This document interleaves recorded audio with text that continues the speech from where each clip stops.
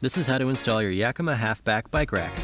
The HalfBack unpacks ready to go, but before you jump the gun, you need to go to fitlookup.yakima.com to find your vehicle's hub setting and fit notes. Write them down here. Alright, let's roll. Wipe things clean. Now, grab your rack and rotate the center dial to unlock the hubs. Set your hubs according to your vehicle's fit requirements. Twist back the center dial to lock everything in place. Make sure it aligns. And make sure it's locked.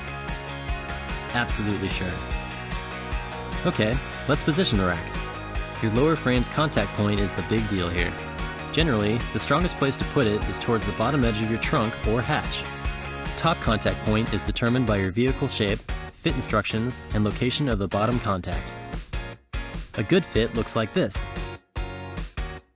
Brace the rack and attach the top hooks to the top of the trunk or tailgate, making sure they're parallel. If your fit notes say you need anchors for your top hooks, go check your printed instructions to see how to use them. It's simple. Now attach your bottom hooks to the bottom of the hatch or trunk lid. Now fully tighten the top and then bottom straps. Excess strappage can be tucked away under the rubber loops. Raise the arms by rotating the dials and swinging the arms upward. Make sure they are parallel and tilted at a slight upward angle. This is important. An upward angle helps keep the bike on the rack. Use the dials to lock things up so you can load your bikes. If your bike has a quirky frame geometry, you may need our tube top. It connects to the seat post and stem to create a faux top tube that'll secure your bike. First bike always loads with the chain facing away from the vehicle. Rotate the anti-sway cradle against the seat tube. Zip in the zip strips, strap it, and secure it. Loading a single bike? Use innermost cradle. Oh, always check strap tension before you go.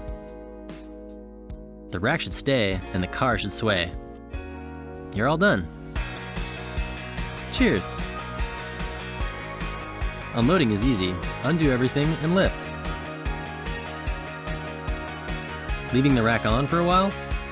Fold down the arms for easier parallel parking. Don't need it for a while? Loosen and unhook. Fold it up.